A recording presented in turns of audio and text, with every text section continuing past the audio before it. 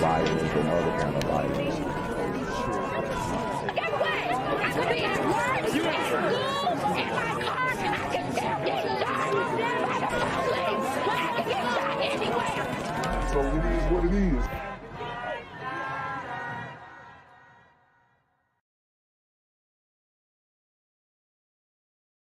We're following breaking news. An officer and a teenager shot while wrestling over a gun in the Belmont section of the Bronx. The officer was released from the hospital overnight. And this morning, we're learning more about the suspect. Eyewitness News reporter Shantae Lanz is live in Belmont with the details. All right, guys. So we're going back over this C Blue incident. If you guys don't remember, I did a story on C Blue. He's a New York-based drill rapper who shot a police officer through his pants, and the charges have been dropped, guys. The charges have been dropped. So I'm just going to refresh your memory with this story. Then I'm going to read an article as to why the charges were dropped. Shantae? Good morning, Ken. That shooting happened on this block here behind me. The suspect is a I know she don't have a mask. Oh my God. known gang member, according to police. And get this, that shooting that happened between him and the officer, they were shot by the same bullet. I want to get you straight to video of the scene. That shooting happened around 9:30 last night. Officers were patrolling near Lorillard Avenue near East 187th Street. Police say the officers approached a large disorderly group and told the 16-year-old to take his hands out of his pocket. Police say he refused. A struggle ensued, and that's when the gun went off. Both were shot by the same bullet, and they're expected to survive. The 4-year veteran was shot in his leg. The 16-year-old was struck in his groin. The officer was released overnight from St. Barnabas Hospital, giving fist. Guys, and a leg shot is still serious. A leg shot is very serious. You have major arteries in your leg. This police officer could have been killed. And this drill rapper, the super gremlin drill rapper, C Blue, is about to walk and be able to continue his rap career after shooting a police officer. What type of example does that set? I'll wait. Pumps to other officers cheering for him. Last night, the mayor and commissioner gave details on that shooting. There was a single round fired from the suspect's firearm that struck the suspect in his left groin area and then exited the suspect and struck the officer in the right leg. I have watched the officers' body-worn cameras, and their firearms have been inspected. At no time did any officer fire their weapons. This is a photo of that gun. Police say it was stolen from York County, South Carolina. And so his charges are dropped. He was in possession of an illegal gun, because you're not even supposed to have guns in New York, in that part of New York. The gun was also stolen, and all the charges are dropped. So what's the point of even having gun laws? It's great. It's so funny how they're trying to say, oh, well, we need stricter gun laws. Yeah. In the areas where y'all have the strictest gun laws, y'all don't enforce the law. Oh, in New York, it's a 3-year minimum for having a strap. Yeah, no, it's not. That's not what we're seeing here. People are getting off. in October of 2020. Now, the gun and bullet were both recovered from the scene. The 16-year-old suspect, meanwhile, was arrested back in May 2020 for possession of a firearm. I'm here on the corner of MLK and Frederick Douglass, where a shooting just took place. And as you can see, it's a pretty rough area. So I'm basically risking my life reporting on this madness. So make sure you do me a favor and hit the subscribe button. Like the video, hell, share the video. And make sure you go ahead and leave a comment down in the comment section to continue the discussion on how we can find solutions to all this son violence in the streets. I'm Quavius Jackson, here live, reporting from Atlanta, Georgia, BGZM News 17. Tonight after charges against a 16-year-old rapper accused of shooting an NYPD officer were dropped. Police say in January, Cameron Williams, known as C-Blue, allegedly shot the officer in the leg when the two struggled after he refused police orders. So, like I said, illegal firearm, already on probation, resisting arrest, refusing police officer orders, but the charges are dropped. And apparently the charges were dropped due to what they say is unreliable testimony from the officers and the lack of probable cause the officer had to approach him in the first place. So, like I said, this is your racist criminal justice system at play. Williams was also on probation for a prior gun case. The officer recovered from his wound yesterday. The New York City Law Department announced Williams cannot be prosecuted without providing any further explanation. The PBA president releasing this statement, quote, "This absurd decision should outrage every New Yorker who wants to get illegal guns off our streets. There is no dispute that this individual was caught carrying an illegal gun for the second time. If perps like this face absolutely no consequences, even after shooting a cop, we have to ask, why bother sending us out to get the guns at all?" All right, it says New York City teen rapper cannot be prosecuted for shooting NYPD officer. So how crazy does that sound? How crazy does that sound? And this story is pretty much getting no headway other than through the hip hop community, okay? So let's get into it. Criminal charges against a New York City teenage rapper accused of shooting an NYPD officer during a scuffle in the Bronx earlier this year have been dropped.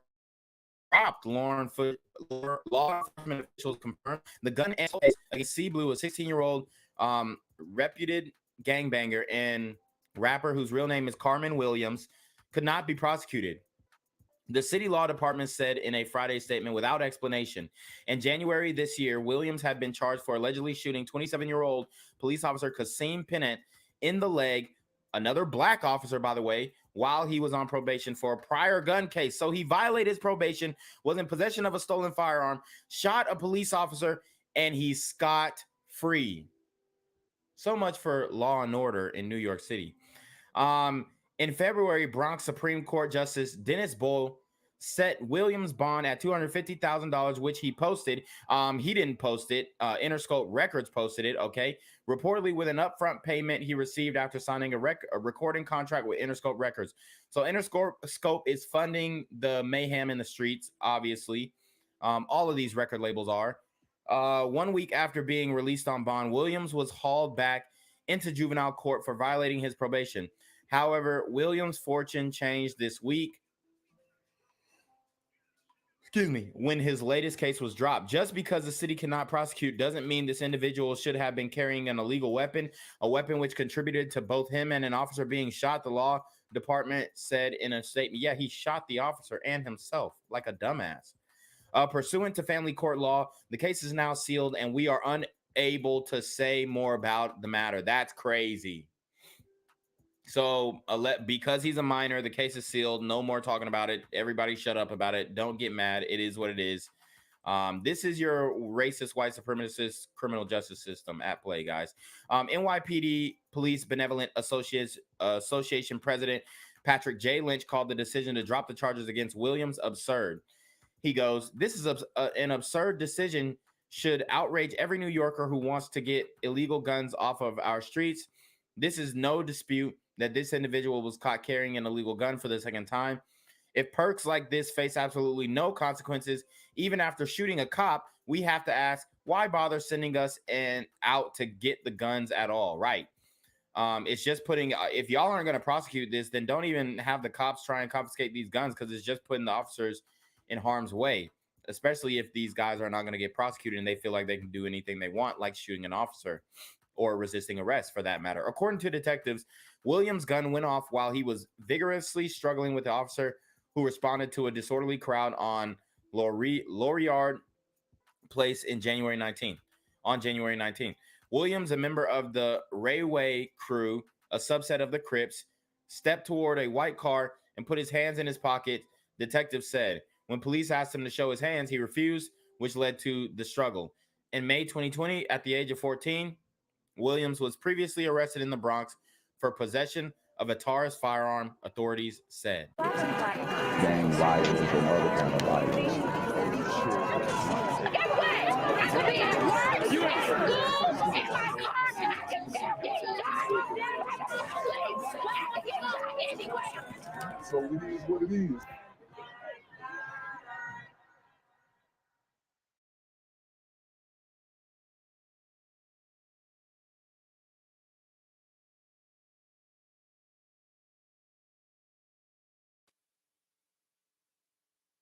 What's good, YouTube? It's a Black Gen Z Mindset. Make sure you go ahead and like, comment, share, subscribe, and let's get into the video.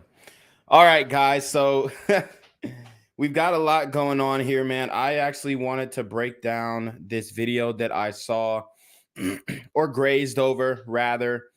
And they were having a discussion on if Black people are treated differently than white people when it comes to the aftermath of a shooting. So I am going to show you guys that video, and we'll give some commentary throughout there and try and bring up some examples that may lean into debunking what they're saying or validating what they're saying. You know, who knows? But I did want to update you guys about the monkeypox pandemic that is going on right now. Okay, we have a monkeypox outbreak, and there has been a case that has been reported in the States. Let me just see exactly where that was. Let's see. So we have this monkeypox case being reported. Where is this shit? They said.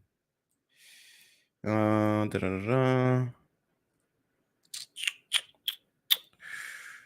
see, now it's not trying to show me where the fuck it's been. All right.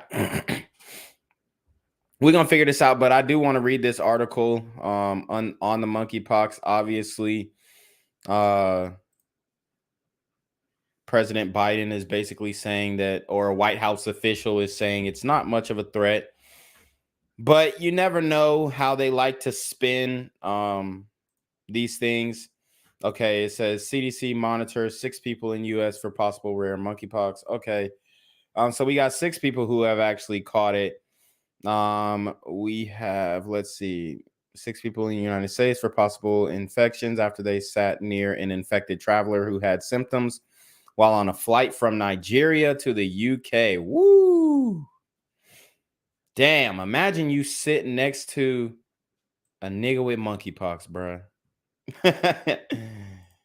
Damn. So let's get into this. This is obviously a CNN article. I know you guys hate CNN, but anyways, I'll play this video because they'll probably break it down quicker so we can just move on to the main attraction. But hey, man, y'all better be safe out there. They're actually saying, well, I'm not gonna give it up yet. We'll get into the origins of this monkeypox thing, but they're actually saying the origins are very weird. You know, you have to be part of an alternative alphabet lifestyle, if you know what I mean. When it comes in to our the health lead origins. cases. All right, that was loud as fuck. Okay, so let's turn that down a little bit and see what they're talking about. Of monkeypox are popping up around the world. Spain, Portugal, Italy, and the UK all confirming cases of monkeypox today. Canada announcing that they have identified 17 more possible cases after a case was reported earlier this week. And here in the US, one man in Massachusetts is recovering in the hospital from a confirmed case of monkeypox. CNN's Elizabeth. Damn, so we got a nigga in Massachusetts with monkeypox, bruh. And you can't just assume that they're living an unclean, unhealthy lifestyle, especially if it's that contagious. I don't know how contagious it is, but maybe like some contact thing. I'm not really sure. Cohen joins us now. Elizabeth, for many, this might be the first time they've ever heard of the monkeypox virus. What are the symptoms of this virus? How does it spread? All right, so let's go over what the symptoms are. Initially, the symptoms look like a whole bunch of other things. It's swollen lymph nodes, fever, but then after those, shortly after those, you get that telltale rash with lesions all over the body. Ugh. This is why the contacts of the person in Massachusetts are being told to watch out for lymph nodes and fever. Transmission is through prolonged, and I want to emphasize prolonged face-to-face contact and direct or indirect contact with bodily fluids or those skin lesions. And just to give you an example, this has happened before. In 2003, there were 47 cases in the U.S. Jake? Oh, hell no. Are we hearing anything more about those possible? Look at this shit. That shit was ugly. Oh, damn. Sheesh. Or about those possible other cases abroad?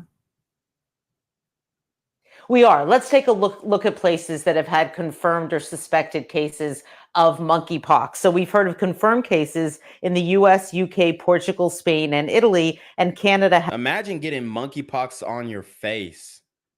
has suspected cases. I want to be clear here. This is an interesting thing that a CDC doctor said earlier today, that many of these global reports are occurring within sexual networks when people have very close contact with each other. Sexual networks. So it's sounding like it's in the STI territory, and then these motherfuckers hopping on planes and spreading it. Especially if those lesions have started to form, that can be a way that monkeypox spreads. Oh, damn. After the coronavirus pandemic, I think there are probably a lot of Americans who would get nervous when hearing about a new virus outbreak. Could this spread on an international level the way that COVID did?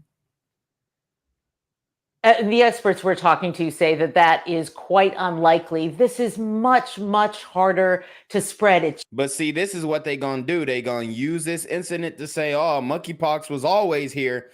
And then watch them start doing hella tests on monkeypox and then mutate that bitch. Then it's over. Then it's over. Then we're back to COVID, except worse. I'm going to keep it a buck. I'd rather catch COVID than monkeypox. Nah, I'm for real. I would rather catch COVID than monkeypox, bruh. Shit looks disgusting, babe. I don't want no parts of it. Just doesn't spread in the same way. And I think the UK National Health Service, they summed it up quite nicely. They say on their website, it's very uncommon to get monkeypox from a person with the infection because it does not spread easily between people. As the CDC says, you need prolonged contact or contact with bodily fluids. This is not a COVID situation. I mean, I know you might think, wait a minute, didn't we hear that at the beginning of COVID, that this was containable? This is different. We do know something about monkeypox. It has happened before. So they're basically admitting that everybody capped about the CV not spreading. Or, for example, in 2003, when we saw those 47 cases, it ended at 47 cases. Obviously, COVID did not end at 47 cases. Jake? All right, Elizabeth Cohen, thanks so much. All right, guys. So that was just a rundown on the monkeypox. I'm gonna read you guys this headline. We're not gonna read the whole article because it's pretty lengthy. But I'm gonna tell you where these monkeypox is coming from. So, health chiefs. Oh man, they keep bringing this shit up. Okay, health chiefs probe gay bars and saunas amid monkeypox outbreak. Contact tracers are actively investigating venues as virus spreads in sexual circles. So they're basically saying that it's coming from the LGBT community. Okay, officials are scrambling to contain outbreak of rare contagious tropical disease. They're probing venues visited by UK's 6 gay or bisexual monkeypox patients, include bars, clubs, and saunas, according to the World Health Organization. So I ain't gonna lie, you know, it might be some LGBT brothers reconsidering their lifestyle after this shit. So there you have it. It's looking like this monkeypox is coming from gay niggas. Unfortunately, you know what I'm saying? So y'all be careful, man. If y'all out here and you know, hitting niggas from the back, which is crazy. Hey, watch out for the monkeypox, man. I guess you got to ask your partner now if he got monkeypox. That's fucking wild, though. But anyways, we are going to get into the topic at hand. So we have an esteemed panel here, just like when we broke down the situation in Philly. All right. We're going to break this situation down, man, because these people are out of Detroit and they're discussing are black people who are arrested, black shooters, whatnot, are they more likely to come in contact with police brutality, because the narrative is that they're not really rough housing with the white shooters who are getting arrested. And I'm going to tell you why, and people might be upset with this, but the reason is because those guys don't resist arrest. Okay? Those guys don't resist arrest, man. You saw the Buffalo shooter, he gave it up. He put the gun to his neck. What they said, he was going to kill himself. They talked him out of it, and he gave it up. He didn't try and go out in a blaze of glory. And you could say, oh, he doesn't have the balls to do that. Yeah, maybe that's fine. But at the same time, you can't get mad that they didn't violate his quote unquote rights at that point, because you wouldn't want that done to yourself. But then if you have a nigga who's resisting, like Patrick Laoya, it's going to be a whole different situation. It's going to turn into a whole different situation. So, and Patrick, he wasn't even a shooter.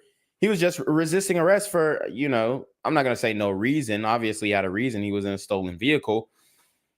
But yeah, man. So we are going to break down this video. It's an hour long. We may not get through the whole thing, but I'll try my best. We got an old head brother, old head sister, and this looks like 2 old head gliders, and then Saeed Khan, Middle Eastern, maybe. So let's get into it. Change tempo halfway through. I keep a metronome at my desk for such an occasion. Welcome back to the week that was. My name is Saeed Khan. Pleasure to host you on yet another week of News Roundup. A lot happening this past week. We are joined with a terrific panel as usual, coming from Moment Strategies and former mayoral chief of staff Alexis Wiley. Hi. We have AM 910 radio host Adolf Mongo. All right. Adolf is in his strong silent mode right now. We have Headline Detroit, Nancy Derringer, and back from Chicago, because he knows that the D is better than the C, not on a report card, Alan Langle. I tried to convince my mother that a D was better than a C, but she wasn't buying it.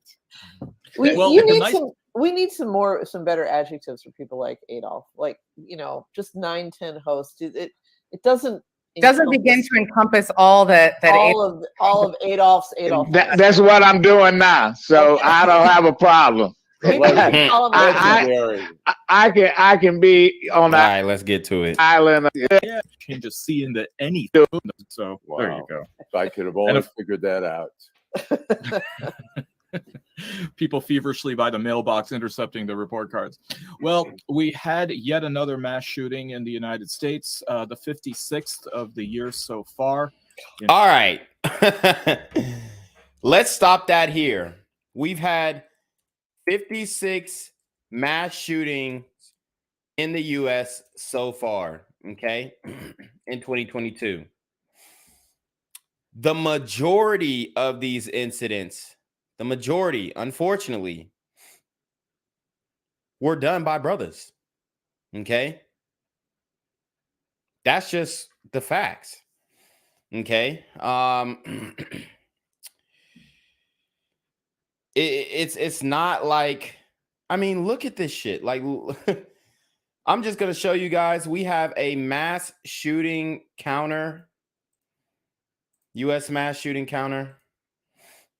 We've already had, let's see, Buffalo was May 14th. We've already had 1, 2, 3, 4, 5, 6, 7, 8, 9, 10, 11, 12, 13 mass shootings since then. And I did the one on San Bernardino, which I don't know if they're omitting that one, or it might be the Laguna Woods one, but there was a mass shooting in San Bernardino that video is also coming out. But these are the mass shootings of 2022. Obviously, we've covered a lot. Look, there's a lot of Martin Luther King Jr. Like, dude, if I type in my search bar, Martin, I bet we could find one on each page. Boom, we got one on this page. Let me go again. We got another one on this page. Let me go again. All right, we don't got one on this page. But Martin Luther King is catching bodies. Martin Luther King is catching bodies, even with the disrespect of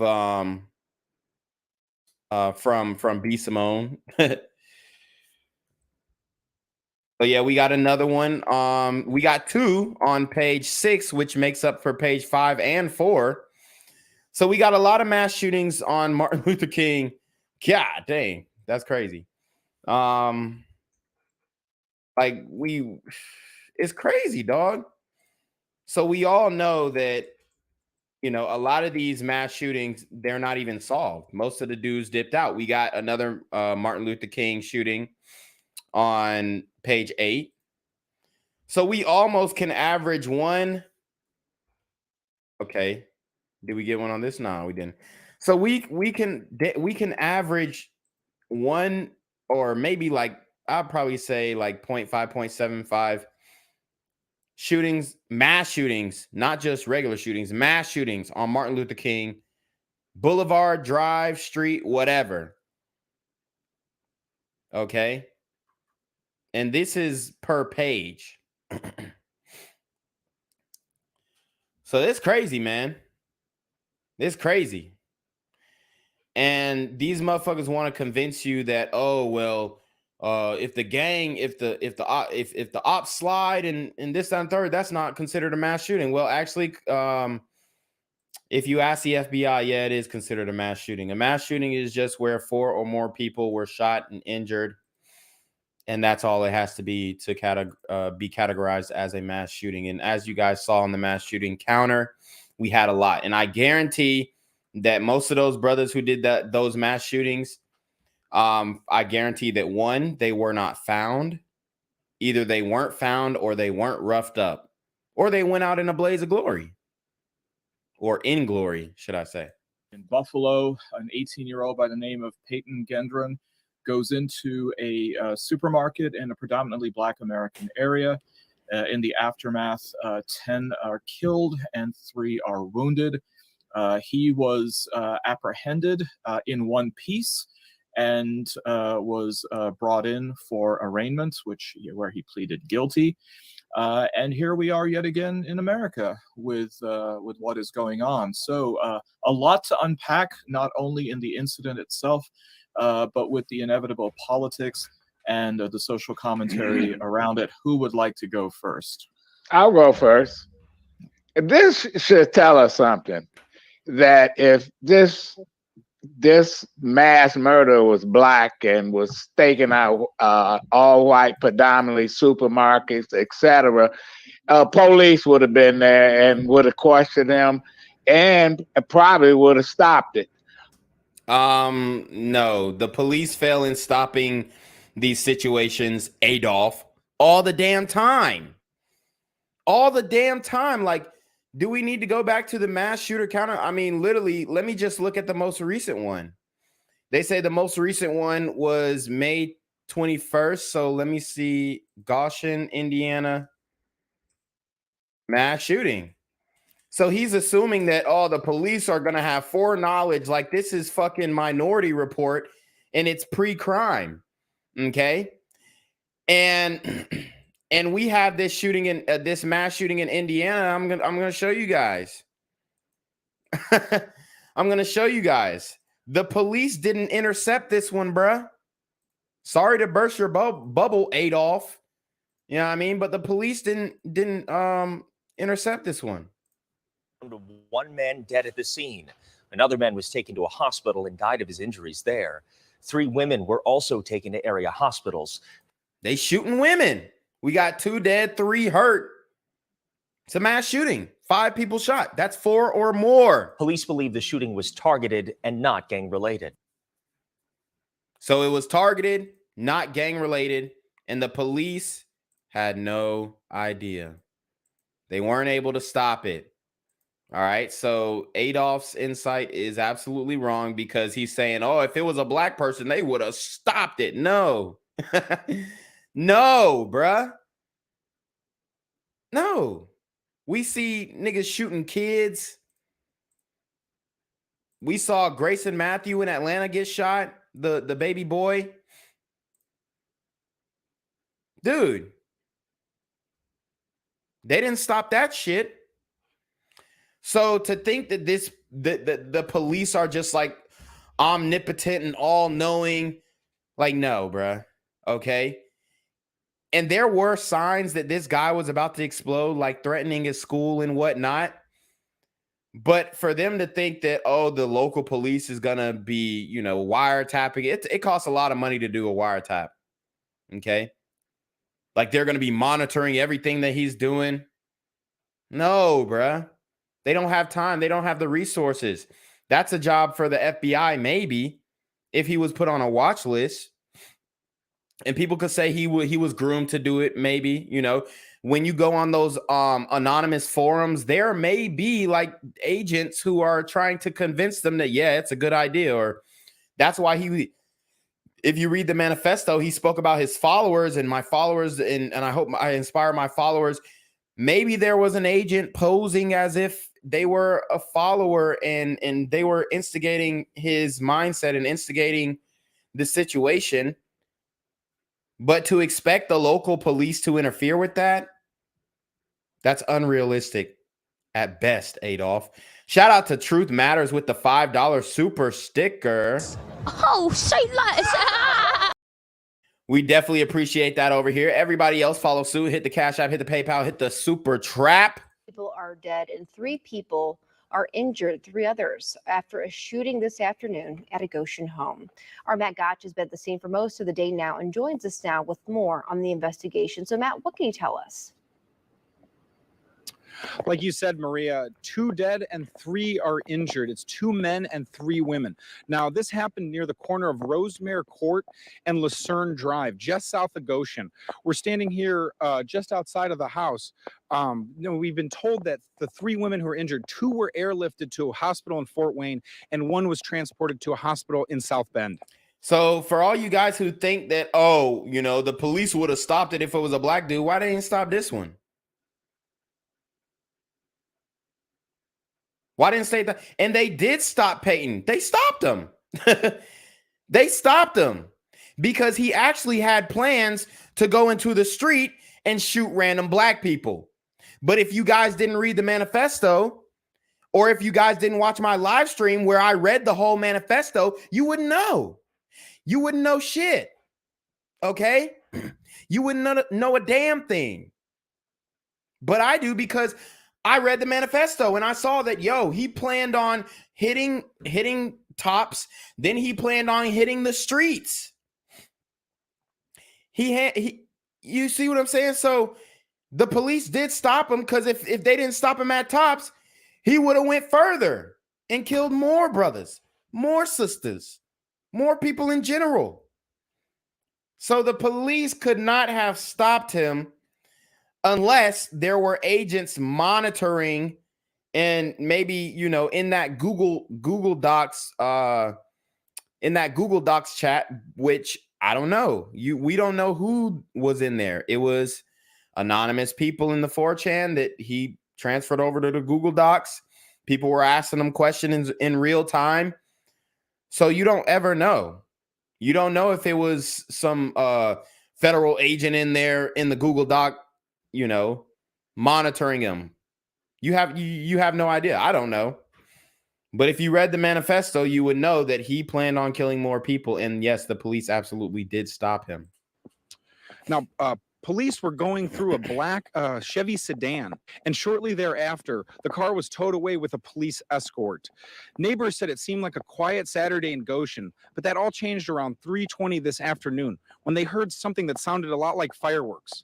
Many came out of their homes to see what was going on, and one neighbor I spoke with earlier said that she could hear someone screaming for help. I heard the girl upstairs yelling, "We need help, help us, help us." And then I seen the woman in the garage, and I asked her if she was okay, and I'm sorry. Oh, you're fine. I seen that she was shot in the back, and then the woman upstairs said that she was shot in the leg, so I told her to put pressure, anything she could, on her leg, because she was shot in the leg, and I told her to put pressure on it. So the glider girl comes in to the rescue. So Adolf, you're wrong, brother, but let's keep watching. We look at what happened in Oxford. White student make threats. They didn't take it seriously. Let him go back to class with a gun. That was a black student. He would have been kicked out. See, wrong again. Remember the school shooter in Texas, Timothy Simpkins? That was his name, right?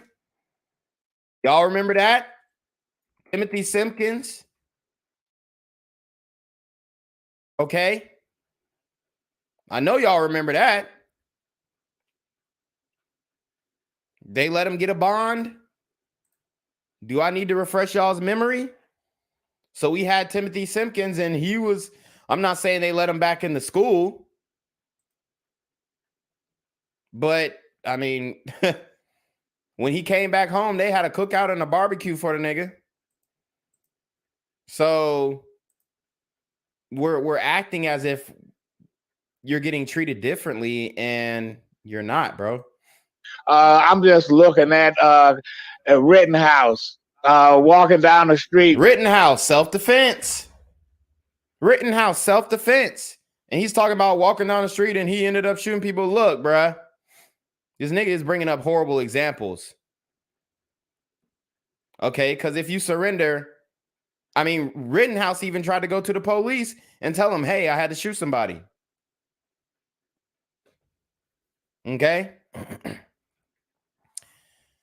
So you're bringing up Kyle Rittenhouse and it was fucking self-defense, bruh. That's not even in the same conversation as a mass shooter. Okay? This shit is crazy, bruh. Like, and you're an old head and you're supposed to, I mean, be a little more witty, be a little more insightful, be a little more wise, had done a little bit more research before you come on here just bringing up random examples willy-nilly, bro. Kyle Rittenhouse is not a mass shooter. He literally shot those people in self-defense.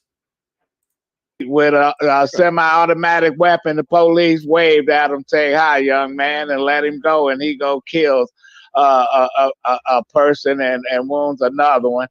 They're gonna have to start picking up these white boys, just like they do.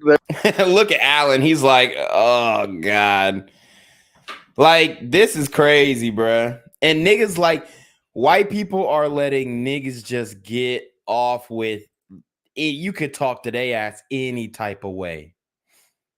You could talk to they ass any type of way. They gonna have to start getting these white boys. Well, what if Allen came over? They gonna have to start getting these black boys who shooting up blocks and shooting kids and shit and running in people's house and you know, doing all the.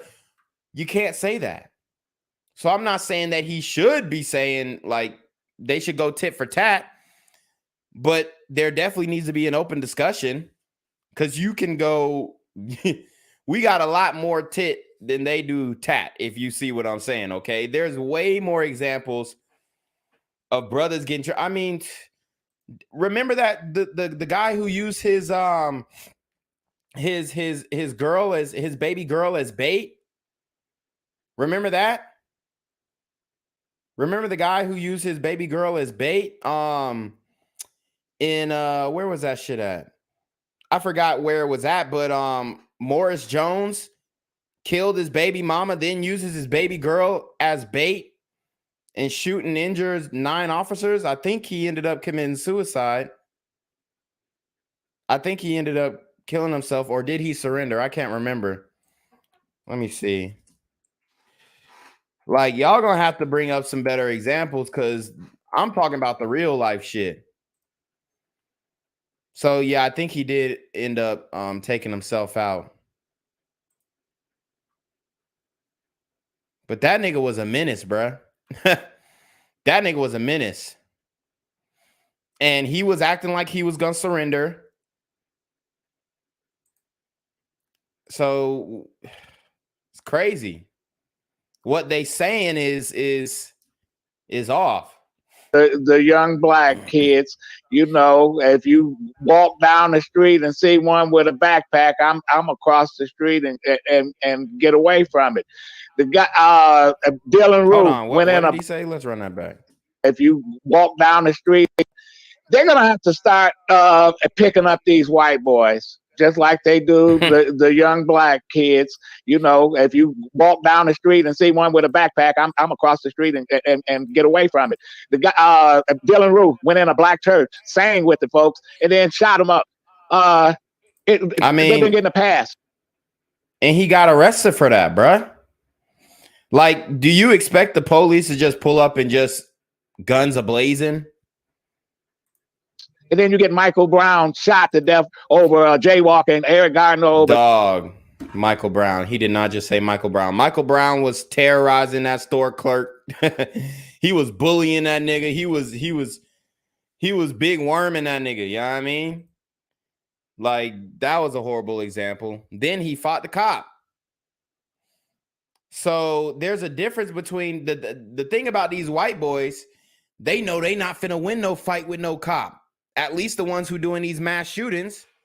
So they like, nah, I ain't even gonna risk getting any bodily injuries. Okay? Because they not trying to get in no fights with no officers because they know they finna take that L. These niggas, though, they hooking. They resisting. So there's a difference, bro. Do you want the police to just pull up guns a-blazing? Or do you want them to go through due process? And there's a misconception with the Dylan Roof situation too. Dylan Roof, he was confessing when he got arrested. And a lot of confessions become invalid or could be considered under duress, like you're not in your right mind, if that person has not been fed. So that's the reason why they got his ass some Burger King. Now, I can show you guys plenty of examples of niggas getting McDonald's in the interrogation room, niggas snitching. Like, once he decide he ready to snitch, once he decide he ready to talk, they feed you. Do y'all want me to show? Hold on. Let me see. Because it's a meme.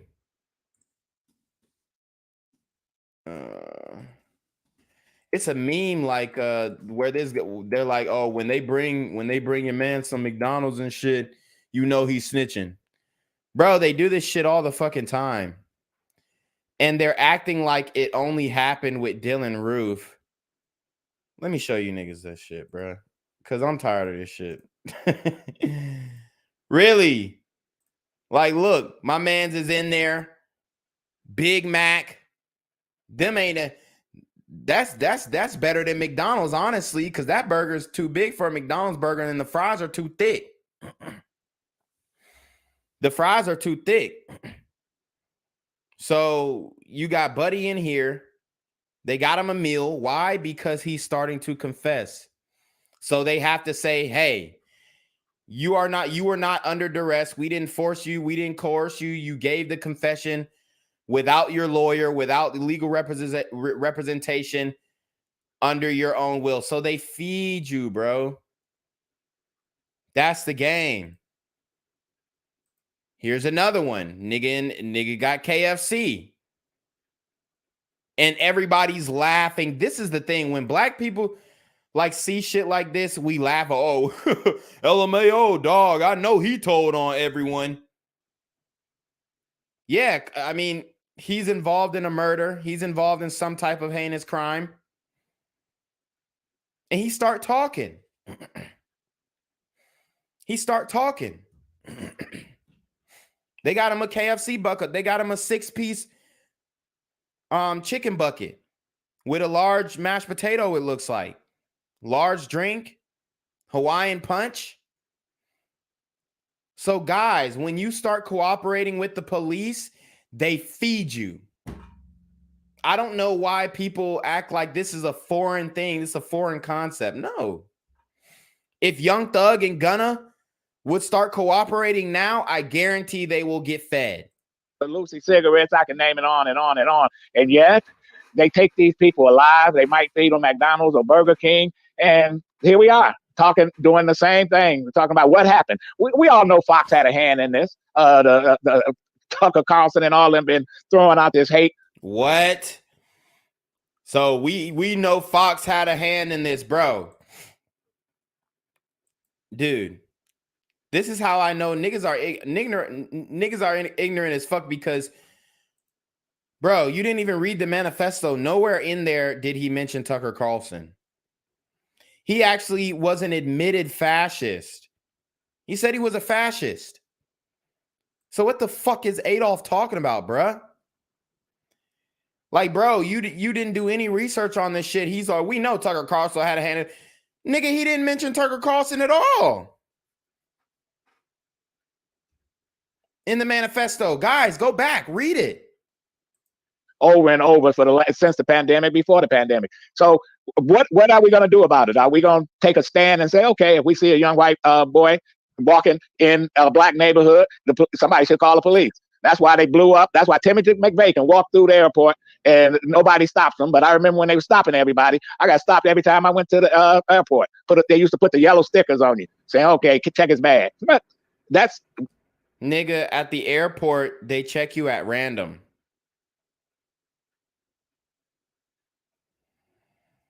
At the airport, they check you at random, bruh.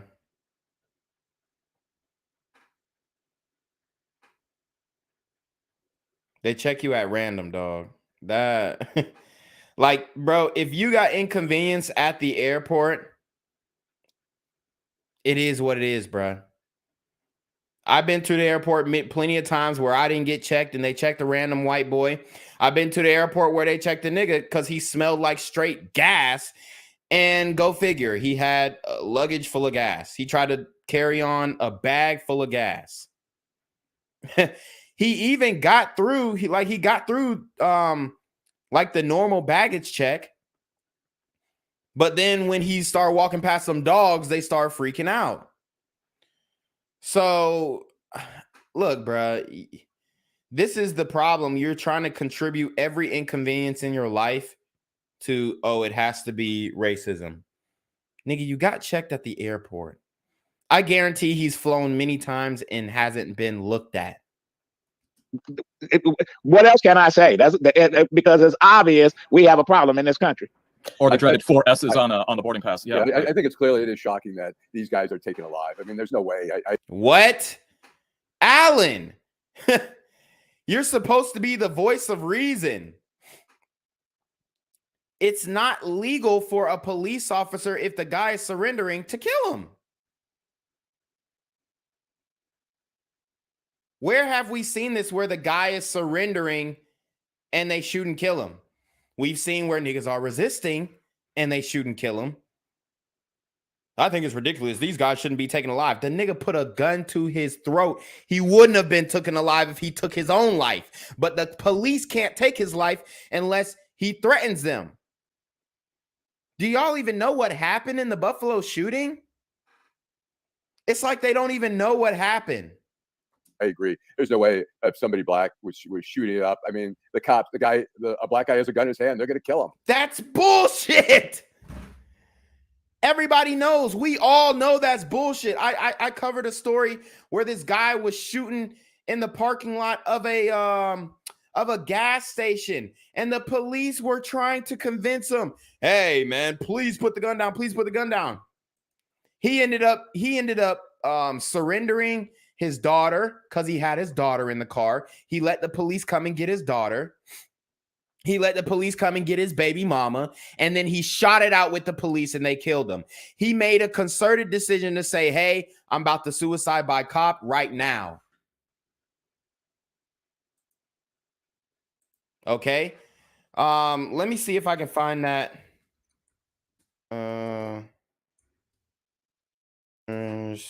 Daughter before shooting out with the police. Look, if you don't shoot, let's see. If you don't shoot it out with the police, you're gonna be taken in alive. Or if you don't fight or resist, you're gonna be taken in alive. Okay. I can't find that one, but it's in my archives and in my videos. Here it is. They take these guys who've just committed mass murders and they take them into custody. And they're, I agree. I mean, the issue is so much beyond, as you say. I mean, it comes from Fox, but it also comes from mental illness too. I mean, it just no. Look, Nancy's saying no, it's not mental illness. It's absolutely Fox, bro. How are they? The fact that they're contributing it to Fox is crazy to me. Okay.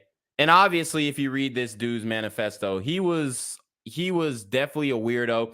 And I would say the main issue with him is he wasn't getting no pussy. He wasn't getting no pussy. Okay. Like, how many times have we seen these niggas shoot the block up and they're taken in alive? All the damn time. All the damn time. Nancy, I'm telling you, I can already tell Nancy finna be annoying. This country just disregards mental illness. We go around. I was driving through Pontiac the other day, saw Pontiac General Hospital, this old hospital, and I said, God, there are hospitals everywhere serving the ill, but the mentally ill, we're just we throw them back out on the street as soon as we can. I would agree that this guy is mentally ill. Now that's true. When criminals are arrested, they're getting thrown right back out on the street. That's not the case for Peyton Gendron. He wasn't he was detained, but he was a minor because he threatened a school. Okay, he threatened to do some shit to the school. But to act like if he was a black guy, he would have been shot there on the scene, that's fucking bullshit. It's just not true. They would have taken him in like anybody else, unless he shot it out with the officers. Okay? We see plenty of these niggas committing mass murders in the community, and they're taken in with no incident. Guys, do I have to remind you of the video that I did? Let's see. The video that I did on the guy who killed his girlfriend's daughter. He killed his girlfriend's daughter, after probably molesting or, taking the WAP or whatnot. And then he was taken in peacefully. He said, do what y'all got to do. And they took him in and arrested the motherfucker. Okay? Why are they acting like black people are not taken in peacefully all the damn time? It happens all the damn time. But I just don't want us to deflect too much from the white supremacy, the form of mental illness known as white supremacy. Our erstwhile contributor, Mr. LaDuff, wrote, I think one of the second column that he wrote for the Detroit News, he said something along the lines of, boy, the New York Times put 9 reporters on Tucker Carlson's show to watch 1,500 hours of Tucker Carlson and came away calling him a racist. Now, that is a terrible, terrible thing to call somebody in this culture. Guys, this guy didn't even mention Tucker Carlson. He didn't mention him at all. What are they talking about? But completely glossing over the fact that those 9 reporters who watched 1,500 hours of Tucker Carlson came away with about that many instances where he told his audience, they are coming for you. Okay. I mean, mental illness can fit into that. They are coming for you. Is he wrong? I've already told you guys, white people are a target. Okay. You're a smooth lick. You are a smooth lick. Need I remind you of Linda Fricky? Okay. Linda Fricky. They dismembered a 74-year-old woman. Why? Because she was a smooth lick. She was an easy target.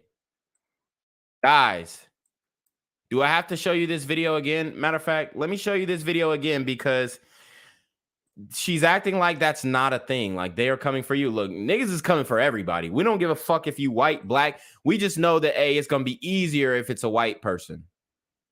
But we coming for our ops too. So don't, it's not, we coming for everybody. Okay, now they walking in the middle of the street. You got to notice that, you know, and you know, she's not gonna know. He's like, come on, let's do it. He's ready now. But notice how much control these women, the female super gremlins, have in these situations. Look, she calls them off. 2 female super gremlins. And she calls them off. She says, nah, not yet. Too many cars. You see, he's ready to do it now. They're like, too many cars. Boom. Wow. This is... See? And you're going to tell me that they ain't coming for you, bruh? These super gremlins are on demon time. Paranoia, that paranoid template, very easily. I mean, once upon a time, people used to believe that there was incubus and succubus. They were demons that came into your bedroom at night and had sex with you, right? And then it became aliens. Aliens came into your bedroom at night and penetrated you with their probes and had sex with you. You know, it's clearly some sort of what the fuck is she talking about? You know, form of childhood sexual abuse that people just kind of transmogrify in their brain into whatever the current model is outside of the culture. But that's what's going on here. I mean, we keep telling people that they are coming for us, and sooner or later, one of them is going to take it seriously enough and act on it. You know, and yes, they're mentally ill, but I don't think all the hospitals in the world would have saved that guy. I don't know. I mean, maybe. You know what would have saved him if he was fucking? Honestly, you're not doing that shit if you getting pussy. I can guarantee that Dylan Roof and Peyton Gendron were both versions. Dylan Roof probably not anymore. He probably lost his virginity in prison. So will Peyton Gendron. I'm wrong. I think that, like, one thing that I think, so this is one thing that was on Twitter that I think kind of applies, and I shared it on my story, but it's not lost on us that it's harder to ban the gun used in Buffalo than the books that explain why it was used. And that to me is pretty powerful, right? Yeah. So there is a narrative out here, but what? I think, though, one thing that we do have to be thoughtful about, I think that what we should be calling for is, you know, we need to acknowledge that in this world right now, there are a lot of sickos and a lot of people who have access to these guns. Thus, what Adolf's talking about in terms of what would have happened if you had a young black man who was sitting outside a grocery store in fatigues, you know, he would have been stopped immediately. We cannot just assume, and I got my child, she clearly agrees with me, and she's running around. But I think that we need to have real processes in place. That was a good point. Okay. The sister is the only rational mind, and you can't disagree with a sister at all. So they're going to let that comment that she made ride. You can't just assume. And she's right. You can't just assume that a black guy would have been stopped, because he fucking wouldn't. Have y'all seen, like, bro, we do story on top of story on drive-by shootings. Y'all think them niggas are getting stopped during these drive-bys? Like, I can't get it in my head. I don't understand how they think that if he was black, he would have been stopped. That's such bullshit. It's such bullshit. Dude, niggas are riding around strapped, shooting niggas all the time. It doesn't matter what you're wearing. If you got riot gear on or self-defense, it does not matter. Okay? Nigga, if you riding by and you finna do a drive-by, guys, did y'all even watch the story that I did today? The sister did a drive-by shooting and she got away with it. The only reason that she was caught is because they knew who did it. They caught her at her crib, but they didn't catch her in the vehicle. Like, how are you gonna know, oh, okay, this black guy's finna do some shit? Like, bro, if you own a firearm legally or illegally and you're driving around, you getting pulled over, unless your credentials are just all fucked up, it's literally like luck of the draw. It's not even likely for you to get pulled over, especially if you're following the law. And procedures that allow us to treat everyone equally. Like when a kid comes in and, when you think about what happened in Oxford, right? A black kid, you wouldn't even gotten to the point of having, to have any questions about the gun. You would have been expelled the minute they saw your picture, right? We got to have procedures that take out bias, that require things be handled in a specific way, and not just assume because this is some white kid that they're not going to come shoot everybody up.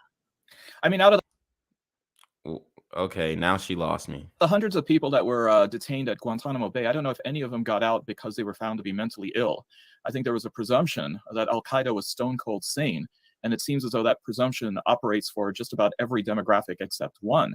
I mean, I also have to question. No, black people are getting the mental illness card too. Remember we broke down that video of the guy in Baltimore who just got off, and he beat this elderly person to death, and then he got off because they said he was mentally ill.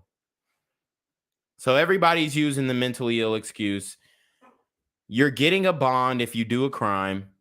Black people, it doesn't matter who you are. You're getting a bond if you do a crime. Like the only people they ain't give Gunna and Young Thug a body. Yeah, because they're linked to 50 bodies. Okay, and they were taken in peacefully. And Young Thug and Gunna are linked to 50 bodies. That means 50 murders, one including Darius Bottoms, Keisha Lance Bottoms, the former city councilwoman and mayor of Atlanta, Georgia.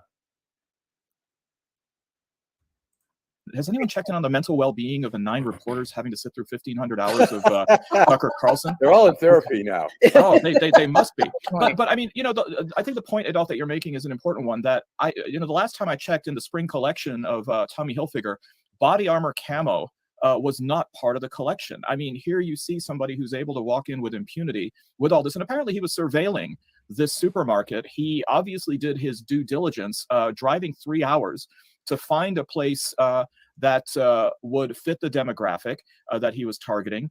The idea that there was a white customer, or I think a manager, whom he just simply lowered his gun and moved on to. He apologized. I mean, nobody is trying to justify what this guy did. He should rot in prison. He's going to live the rest of his life in prison. He's not going to get a bond. He's not going to get any special treatment. He's going to go to prison. And if he doesn't get tatted and get fucked by a skinhead, then he's going to live the worst existence that he could have ever lived. Okay. Unless he just becomes a super hard boss in prison, which is not likely. Okay. He doesn't carry that demeanor that says he on some boss shit. Target that he wanted to acquire. Is this really about the fact that there is a kind of willful ignorance about something that the federal government has been reporting at least since 2009, that domestic terrorism involving white supremacists is not only real, not only a clear and present danger, but the priority. But there we go with that bullshit. Domestic terrorism with white supremacy is the priority. We just went to the mass shooter counter. If we break down, I guarantee 90% of these mass shootings come from the community. Guaranteed. But then the fact that the Republicans simply shut that down 13 years ago. Yeah, but it's been real. It's been real since after the Civil War. White supremacy, during Reconstruction, during the turn of the century, during the 20s, 30s, 40s, 50s. Listen, white supremacy has ruled certain parts of this country, and whatever you want to call it, it's been there. And yes, okay, there is definitely a history of racism, especially after Reconstruction, even during slavery. Yes, we know this, that slavery was a business justified on the backs of racism. We get that. But now as we come into 2022, even, in the 80s, 90s, you can see that there has been a shift. There has been a turn. White supremacy basically took their hands off the steering wheel. They said, all right, y'all got it. Y'all got it. Y'all are better white supremacists than us. That's what's going on. White supremacy has taken their hands off the damn steering wheel. Okay? And Adolf, he's old enough to have been, been called some names and seen the whites only, colors only, been sitting in the back of the bus. He's old enough for that. Okay? So I'm not going to discredit his experience. What I will say, though, is Adolf, ain't nothing stopping you now, old timer. Ain't nothing stopping you now, brother. What did it take? 150 years before they even passed an anti-lynching bill? Just passed it. Over 100 years or so. So it's been here. It's been that. It's just that recently we've been putting a label on it, saying, okay, we used to call it the Klan, but it's beyond the Klan. It's like the old days. It's like the whole community, the White Citizen Council. You can get postcards and you see thousands of people standing around bonfires of black men being burnt, and cutting fingers and toes and whatever else out for souvenirs. And people made lots of money sending out postcards. So it's been there. We just calling it something else. And we have refused to deal with it. And it's getting worse and worse. Well, Okay, so that's where I gotta push back. It's not getting worse. It's not getting worse. The frequency of any of that shit happening, it's not getting worse at all, bruh. This is not the same America that you was growing up in, my brother. Respectfully. All right. And I think if you keep peddling the victimization mindset to these young niggas, bro, they gonna continue to be super gremlins on demon time. Go ahead. I was going to say, with the white supremacy, the domestic terrorism, it came particularly to the forefront in more modern times in 1995 with the Oklahoma bombing, where suddenly the FBI was like, holy shit, this is really, we got to take it up a notch. This is really a high priority. Then came 2001 and they said, holy shit, forget about those crazy white guys. We got, international terrorism there. It got pushed to the side. I covered when I was in Washington at the Post, I covered a neo-Nazi rally in front of the Israeli embassy. That was in 2005, and it was still, domestic terrorism was just kind of below the radar. But then we see it's rising again. I mean, we saw the Whitmer case. We saw all the craziness that really Trump unleashed. I think that, and I hate the. Oh God! So Trump unleashed it. Another name that was not mentioned in the manifesto. And if Trump unleashed it, then who unleashed Dylan Roof? Bro, I'm trying to figure this shit out. Just blame him because it's been there all the time, but he encouraged people and he said he validated them and said it's okay to be a racist. Don't let your kids shame you. Don't let your neighbors shame you. Don't let it, this person. When the fuck did Trump say it's okay to be a racist? That's crazy. And shame you. It's okay to be a racist. It's okay to hate. It's okay to have a gun. Yeah, it is okay to have the gun. Ask the Second Amendment. It is absolutely okay to have a gun to defend yourself and your family. We've unleashed something now that is really, and we saw January 6th. I mean, talk about domestic terror. He did not bring up January 6th. So January 6th, they didn't even catch no bodies. As a matter of fact, it was a bitch who got killed in the whole situation. So they didn't even catch no bodies. Meanwhile, you talk about these Black Lives Matter protests, they definitely caught bodies. Ask David Dorn. Terrorism, Well, and during Oklahoma City, I mean, remember there was quite a focus on Jose Padilla because he was the one who seemed swarthy and fit the bill of what a terrorist should look like. The McVeighs and the Nichols brothers sort of were second hand. But let's focus then on this manifesto. I mean, I don't know how you spent your COVID lockdown, but I sure as hell didn't write a 180-page screed. Yeah, did you read the manifesto? Did you read the manifesto? And here he was. This guy. He spent a lot. That was a lot of it was copy pasted from other. She's right. Manifestos. Hey, I don't tell you how you do your job. Don't tell academics how we work either, Nancy. state secrets. But no one said we had to write it longhand. But the very idea that here he is bringing in, and I think you're right. He's copying and pasting Anders Breivik in Norway, copying and pasting the New Zealand killer at the mosque there. And thank you, Myron Watkins, our new videographer, for bringing those points up in our private chat here. But the idea that he was not just simply using Chicago Manual of Style citation, so lest he also be considered a plagiarist along with mass murderer, but the fact that he was inspired, and these people are cross-inspired globally, and then bringing in, of course, the great replacement theory that people like Tucker Carlson, New York Congresswoman Elise Stefanik, not only traffic, raise money for their campaigns on. I believe CPAC is looking to have its annual conference in Hungary under the auspices of Viktor Orban, another purveyor of replacement theory. So clearly this is out in the open. It's mainstreamed. It seems normalized, at least in one political party. What's going on, Alexis? I just think that these ideas, Trump made it okay to say these things. What the fuck? What? Where does Trump? They're mentioning Trump as if he was mentioned in the manifesto. Trump has nothing to do with this shit. People have thought for a long, long time, as Adolf has said, he made it okay to do that.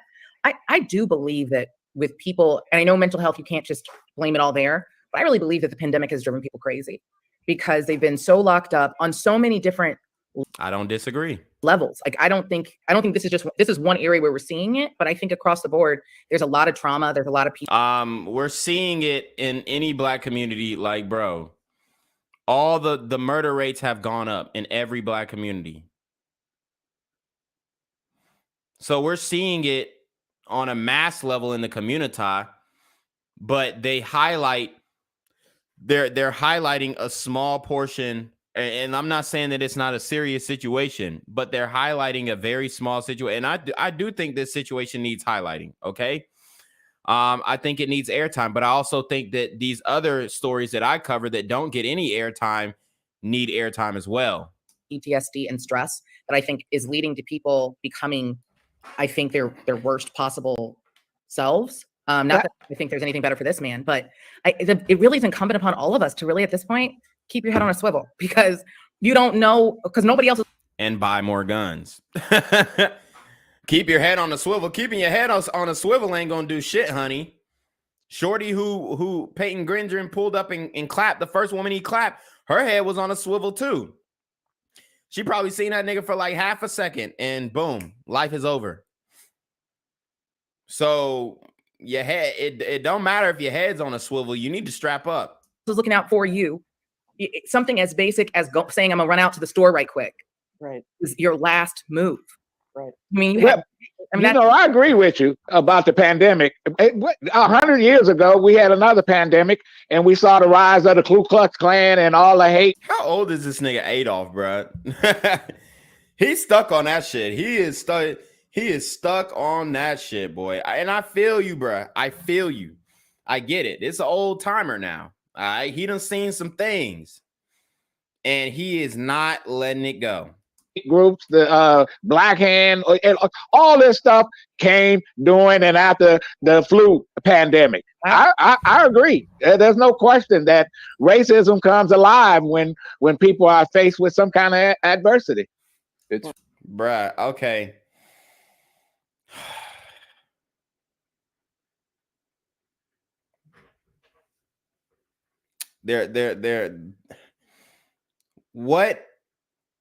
What really arose during the pandemic is the lawlessness, the lack of accountability for criminals, the defund the police movement, the bail reform movement has literally had everybody hating police, making it hard for them to do their job, and inevitably making everyone else more unsafe.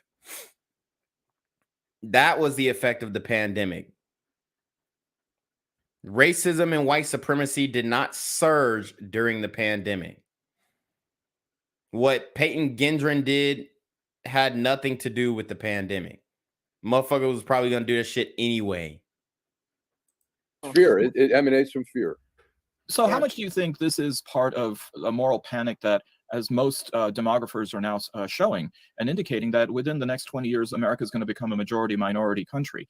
Is this just going to intensify? I mean, is it going to be that the Tucker Carlsons and the Elise Stefanik's and others are just going to keep ginning up their base? And let's face it. I mean, Alexis, everyone was under lockdown, but only it seems half the population is doing this.